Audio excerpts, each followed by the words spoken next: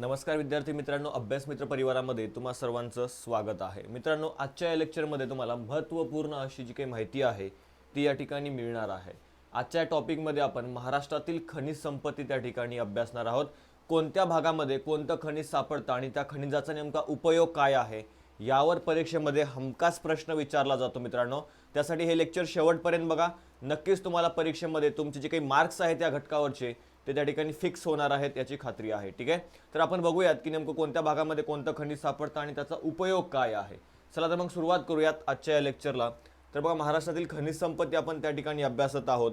त्यामध्ये बघा, लोह खनिज जर आपण बघितलं, ठीक आहे, लोह खनिज जर आपण बघितलं तर या लोह खनिजाचे 4 प्रकार पडतात आणि यावर परीक्षेमध्ये प्रश्न आलेला आहे. ठीक आहे, लोह खनिजाचे एकूण 4 प्रकार पडतात. त्यामध्ये बघा, मॅग्नेटाइट आहे, हेमेटाइट आहे, लिमोनाइट आहे आणि सिडेराइट आहे. हे 4 प्रकार आपल्याला या ठिकाणी पाहायला मिळतात, ज्यावर परीक्षेमध्ये सुद्धा प्रश्न विचारून झालेले आहे. ठीक आहे, लोह खनिजाचे किती प्रकार पडतात? 4 प्रकार पडतात. पहिला आहे मॅग्नेटाइट. या मॅग्नेटाइटचा रंग कसा असतो? काळा रंग असतो. ठीक आहे, मॅग्नेटाइटचा रंग कसा? काळा रंग असतो. आणि यात जर आपण बघितलं 72% याच्यामध्ये काय असतं? लोहाचं प्रमाण असतं. ठीक आहे, 72% लोहाचं प्रमाण मॅग्नेटाइटमध्ये असतं. त्यानंतर हेमेटाइट आहे, लालसर काळा रंगाचा हा असतो. 70% लोहाचं प्रमाण आहे. किती? 70% लोहाचं प्रमाण याच्यामध्ये सापडतं आपल्याला. त्यानंतर बघा, लिमोनाइट आहे, मध्यम दर्जाचं आहे. 60% लोहाचं प्रमाण या लिमोनाइटमध्ये असतं. त्यानंतर बघा, इकडे आहे सिडेराइट. सिडेराइट जर मध्ये आपण बघितलं 48% लोहाचं प्रमाण त्या ठिकाणी आपल्याला या सिडेराइटमध्ये पाहायला मिळतं. मग या ठिकाणी हे जे काही प्रकार आहेत ते यांच्यामध्ये असलेल्या लोहाच्या प्रमाणानुसार हे या ठिकाणी प्रकार पाडण्यात आलेले आहेत. मॅग्नेटाइट, हेमेटाइट, लिमोनाइट आणि सिडेराइट हे लोह खनिजाचे एकूण 4 प्रकार आहेत. सर्वोत्कृष्ट जर आपण बघितलं, मॅग्नेटाइट आहे, ज्यामध्ये 72% लोहाचं प्रमाण आपल्याला त्या ठिकाणी पाहायला मिळतं. ठीक आहे, मग आता एकूण साठ्यापैकी जर आपण बघितलं, महाराष्ट्रामध्ये बघा 20% साठे आहेत. ठीक आहे, एकूण लोहाच्या साठ्यापैकी महाराष्ट्रामध्ये किती टक्के साठे आहेत? 20% लोहाचे साठे आहेत. लक्षात ठेवायचे. ठीक आहे, इतकी माहिती लक्षात ठेवा, यावरच तुम्हाला परीक्षेमध्ये प्रश्न विचारला जाईल. पुढे बघूयात आपण, बॉक्साईट आहे. ठीक आहे, महत्वाचं आहे हे खनिज सुद्धा. जर आपण बॉक्साईटचा उपयोग बघितला तर बघा, ॲल्युमिनियम पासून विद्युत उपकरणे असतील, मुख्यतः जर आपण बघितलं तर कशासाठी याचा उपयोग केला जातो? तर बघा, बॉक्साईट या खनिजापासून ॲल्युमिनियम निर्मिती केली जाते. काय केलं जातं? ॲल्युमिनियम निर्मिती केली जाते. महत्त्वाचं आहे, परीक्षेमध्ये इथं प्रश्न तुम्हाला विचारला जाईल की खालील कोणत्या खनिजापासून ॲल्युमिनियम निर्मिती केली जाते किंवा ॲल्युमिनियम मिळते. इथं तुम्हाला आधी परीक्षेमध्ये प्रश्न विचारला जाईल. त्यासाठी हे लक्षात ठेवा की बॉक्साईट या खनिजापासून काय? ॲल्युमिनियम मिळते. लक्षात ठेवायचं आहे. ठीक आहे, मग भारतातील एकूण उत्पादनापैकी 21% उत्पादन एकट्या महाराष्ट्रातून होते. मित्रांनो, लक्षात ठेवायचं आहे. ठीक आहे, भारतातील एकूण उत्पादनापैकी किती टक्के उत्पादन एकट्या महाराष्ट्रामध्ये होतं या बॉक्साईटचं?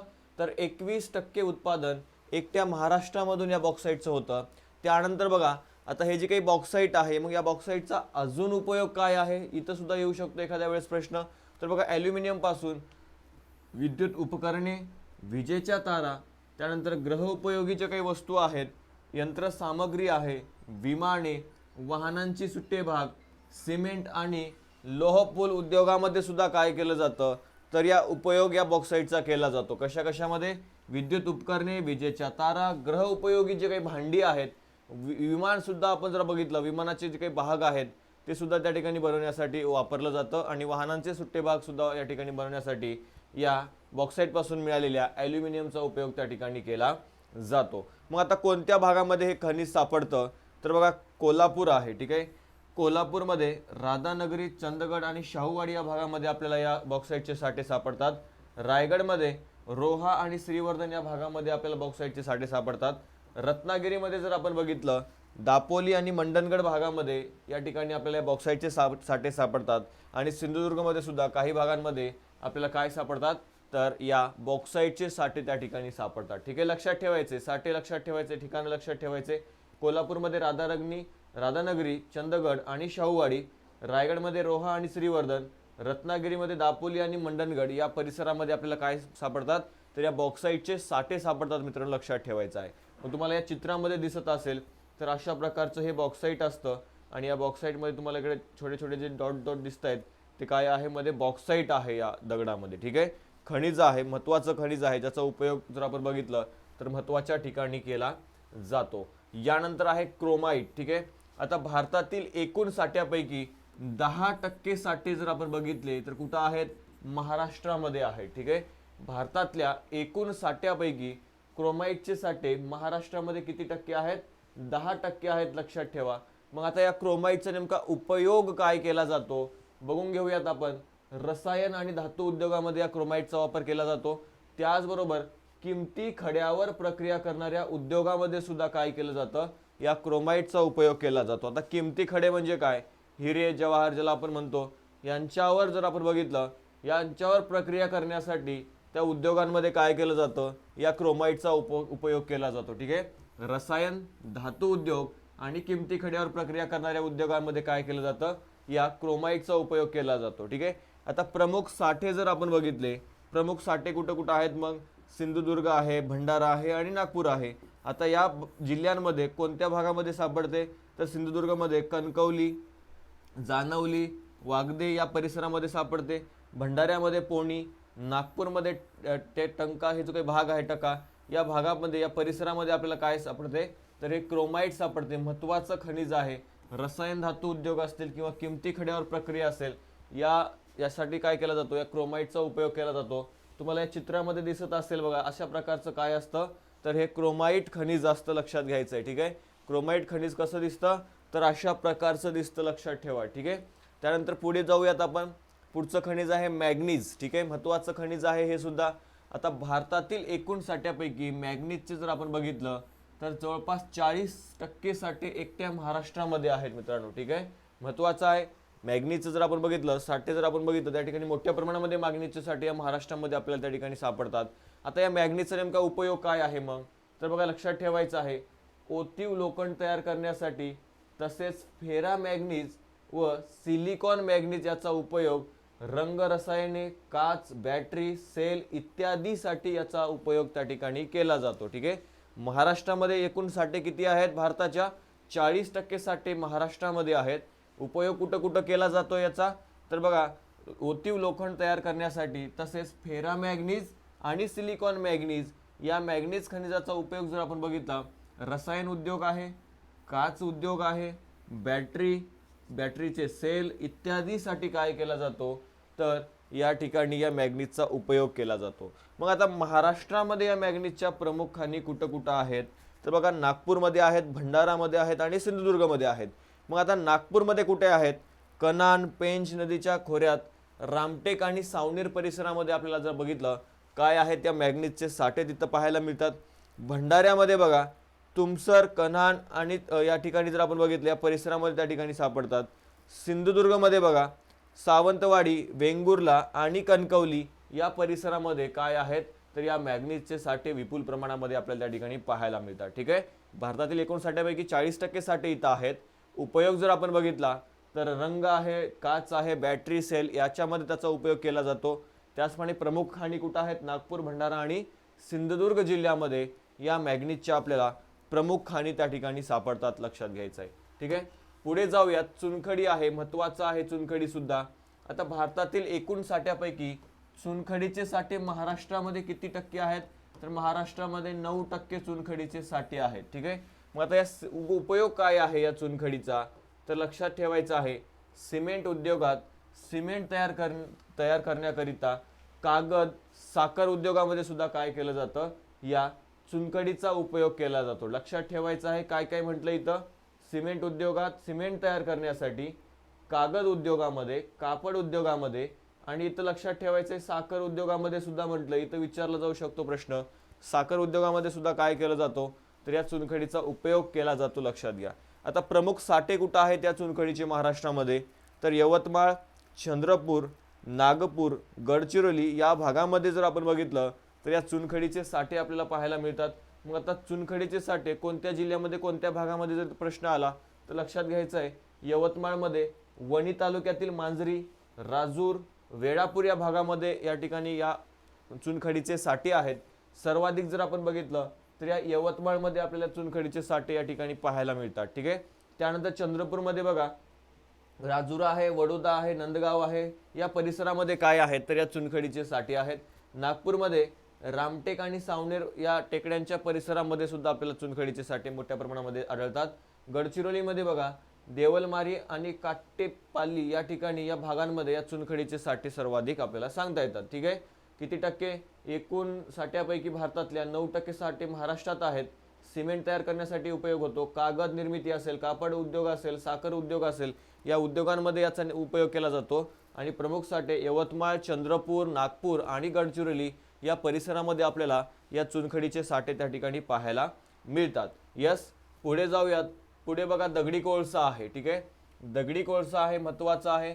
जलजन्य आणि स्तरित खडकाचा एक प्रकार असून त्याची निर्मिती कशापासून? वनस्पतीपासून झाली आहे मित्रांनो. ठीक आहे. जे काही रचना जर आपण बघितलं, भूगोलीय जे काही घटना घडलेल्या होत्या त्या घटनांमध्ये जर आपण बघितलं, जलजन्य आणि हा स्तरित खडकाचा एक प्रकार आहे आणि त्याची निर्मिती कशापासून? वनस्पतीपासून झालेली आहे. ठीक आहे. त्याचप्रमाणे बघा या कोळशातील कार्बनच्या प्रमाणावरून काय केलं जातं? याचे किती? 5 प्रकार केले जातात. कोळशाचे किती? 5 प्रकार केले जातात. कशावरून 5 प्रकार केले जातात? त्याच्यामध्ये असलेल्या कार्बनच्या प्रमाणावरून. कशावरून? त्या कोळशामध्ये असलेल्या कार्बनच्या प्रमाणावरून त्याचे किती? 5 प्रकार केले जातात. मग पहिला प्रकार कोणता आहे? अँथ्रोसाइट आहे. त्यानंतर दुसरा प्रकार कोणता आहे बघा? बिट्युमिन्स आहे. तिसरा आहे लिग्नाइट. चौथा आहे पीट आणि पाचवा आहे कॅनल. ठीक आहे. कॅनल जर आपण बघितला अत्यंत निकृष्ट दर्जाचा हा कोळसा असतो आणि अँथ्रोसाइट जर आपण बघितला उच्च प्रतीचा कोळसा असतो आणि उत्तम इंधन म्हणून त्याचा काय केला जातो? उपयोग केला जातो. मग यांच्यामध्ये कार्बनचं प्रमाण किती असतं त्यावरून हे प्रकार जे आहेत ते ठरलेले आहेत. मग आता इथं बघूयात आपण. आता हे जे काही अँथ्रोसाइट आहे या अँथ्रोसाइटमध्ये बघा उच्च प्रतीचा कोळसा म्हटलं जातं. का? कारण की याच्यामध्ये 95% कार्बनचं प्रमाण आहे. ठीक आहे. कार्बनचं प्रमाण किती आहे? 95% आहे. त्यामुळे ते उत्तम इंधन म्हणून त्याचा उपयोग केला जातो. कशाचा? अँथ्रोसाइटचा. त्यानंतर दुसऱ्या नंबरला आहे बिट्युमिन्स. याच्यामध्ये जर आपण बघितलं तर बघा मध्यम प्रतीचं हे काय आहे? तर कोळशाचा एक प्रकार आहे. मग यामध्ये कार्बनचं प्रमाण किती आहे? 70 ते 80% कार्बनचं प्रमाण आपल्याला या बिट्युमिन्समध्ये पाहायला मिळतं. त्यानंतर लिग्नाइट जर आपण बघितलं तर या लिग्नाइटमध्ये हलक्या प्रतीचं याला म्हटलं जातं कारण की याच्यामध्ये कार्बनचं प्रमाण किती आहे? 40% पेक्षा अधिक कार्बनचं प्रमाण याच्यामध्ये असतं. आणि पुढे आहे बघा पीट. पीट जर आपण बघितलं सर्वात कमी प्रतीचा हा या ठिकाणी कोळशाचा प्रकार सांगता येतो. 40% पेक्षा काय? कमी कार्बनचं प्रमाण याच्यामध्ये आपल्याला पाहायला मिळतं. त्यामुळं कमी प्रतीचा हलक्या दर्जाचा जर आपण बघितलं तर हा पीट कोळसा त्या ठिकाणी सांगता येतो. ठीक आहे. कॅनल बघा अत्यंत निकृष्ट दर्जाचा आहे. कॅनल जर आपण बघितला अत्यंत निकृष्ट दर्जाचा आहे. पीट असेल, कॅनल असेल तर यांचा डांबर बनवण्यासाठी त्या ठिकाणी काय केला जातो? उपयोग केला जातो. लक्षात ठेवायचं कारण की ते हलक्या प्रतीचे आहेत त्यामुळे डांबर बनवण्यासाठी त्याचा उपयोग केला जातो. आणि अँथ्रोसाइटचा काय केला जातो? इंधन म्हणून वापर केला जातो कारण की सर्वोच्च प्रतीचं काय आहे? तो कोळशाचा एक प्रकार आहे. मग देशाच्या एकूण दगडी कोळशाच्या साठ्यापैकी 4% साठे कुठं आहेत? महाराष्ट्रामध्ये आहेत. लक्षात घ्या. किती टक्के? महाराष्ट्रामध्ये 4% साठे आपल्याला या दगडी कोळशाचे सापडतात. मग या दगडी कोळशाच्या प्रमुख खाणी कुठं आहेत महाराष्ट्रामध्ये? तर बघा चंद्रपूर, नागपूर, यवतमाळ या परिसरामध्ये आपल्याला या दगडी कोळशाच्या खाणी त्या ठिकाणी मिळतात. आता चंद्रपूरमध्ये जर आपण बघितलं तर चंद्रपूरमध्ये बल्लारपूर, घुगस, वरोरा आणि चांदा या परिसरामध्ये काय आहेत? तर या दगडी कोळशाचे आपल्याला काय सांगता येतात? या ठिकाणी खाणी सांगता येतात. ठीक आहे. मग याच परिसरामध्ये उद्योगधंद्यांचा सुद्धा विकास झालेला आहे कारण की दगडी कोळसा जो आहे तो त्या ठिकाणी मुबलक प्रमाणामध्ये मिळतो. म्हणून या भागांमध्ये उद्योगांचा काही प्रमाणामध्ये विकास सुद्धा आपल्याला झाल्याचं पाहायला मिळतं. ठीक आहे. त्यानंतर नागपूरमध्ये बघा पाटण आहे, सावंगी आहे, सिल्लेवार, कामठी आणि उमरेड या परिसरामध्ये काय आहे? दगडी कोळशाचे खाणी आपल्याला खाणी सापडतात. त्यानंतर यवतमाळमध्ये बघा वणीच्या परिसरामध्ये काय आहेत? तर या दगडी कोळशाचे आपल्याला साठे सापडतात. ठीक आहे. कशापासून निर्मिती झालेली आहे? वनस्पतीपासून निर्मिती झालेली आहे. ज्या काही वनस्पती आहेत त्या ठिकाणी दबल्या गेलेल्या होत्या त्यामुळं जर आपण बघितलं मोठ्या प्रमाणामध्ये प्रक्रिया होऊन उष्णता त्या ठिकाणी निर्माण होऊन काय झालेली आहे? तर दगडी कोळशाची या ठिकाणी निर्मिती झालेली आहे. याच्यामधल्या कार्बनच्या प्रमाणावरून याचे 5 प्रकार केले जातात. या 5 प्रकारावर तुम्हाला परीक्षेमध्ये प्रश्न विचारला जाऊ शकतो. अँथ्रोसाइट, बिट्युमिन्स, लिग्नाइट, पीट आणि कॅनल. सर्वात उच्च प्रतीचा अँथ्रोसाइट आहे आणि सगळ्यात अत्यंत निकृष्ट दर्जाचा कोणता आहे? कॅनल आहे. आणि सर्वात कमी प्रतीचा कोणता आहे? मग पीट आहे. ठीक आहे. प्रमाणावरून लक्षात ठेवा. आणि प्रमुख खाणी जर आपण बघितलं चंद्रपूर, नागपूर आणि यवतमाळमध्ये आहेत. आणि एकूण साठ्यापैकी किती टक्के? 4% साठे महाराष्ट्रामध्ये आपल्याला या दगडी कोळशाचे पाहायला मिळतात. ठीक आहे. तर अशा प्रकारे हे जे काही महत्त्वाचे प्रकार होते, ठीक आहे, महत्त्वाचे जे काही खनिज होते ते खनिज आपण महाराष्ट्रामधले या ठिकाणी व्यवस्थितरित्या अभ्यासलेले आहेत. यावरचा एक ट्रिकचा व्हिडिओ सुद्धा आपण लवकरच तुमच्यासाठी घेऊन येत आहोत, जेणेकरून तुमच्याकडून हे विसरलं जाणार नाही. ठीक आहे. ट्रिक सहित आपण त्या ठिकाणी काय करणार आहोत, एक खनिज संपत्तीचा महाराष्ट्रातला व्हिडिओ बनवणार आहोत. ते सुद्धा एक दोन दिवसामध्ये तुम्हाला त्या ठिकाणी मिळून जातील. जर तुम्हाला कोणत्या विषयावर त्या ठिकाणी व्हिडिओ हवे असतील ते सुद्धा तुम्ही कमेंटमध्ये सांगू शकता. त्याचप्रमाणे आपलं टेलिग्राम चॅनल आहे, त्या टेलिग्राम चॅनलची लिंक तुम्हाला तिथं डिस्क्रिप्शन बॉक्समध्ये या व्हिडिओच्या दिलेली आहे. तिथून तुम्ही ते टेलिग्राम चॅनल जॉईन करू शकता. आणि अशाच नवीन नवीन व्हिडिओसाठी तुम्हाला आपलं जे काही चॅनल आहे यूट्यूब चॅनल त्याला सबस्क्राईबसुद्धा त्या ठिकाणी करायचं आहे. ठीक आहे. तर थांबूयात आपण या ठिकाणी. जर हा व्हिडिओ तुम्हाला आवडला असल्यास नक्कीच लाईक करा, शेअर करा आणि सबस्क्राईब करा. आणि अशाच नवीन नवीन व्हिडिओसाठी पाहत राहा अभ्यास मित्र. धन्यवाद.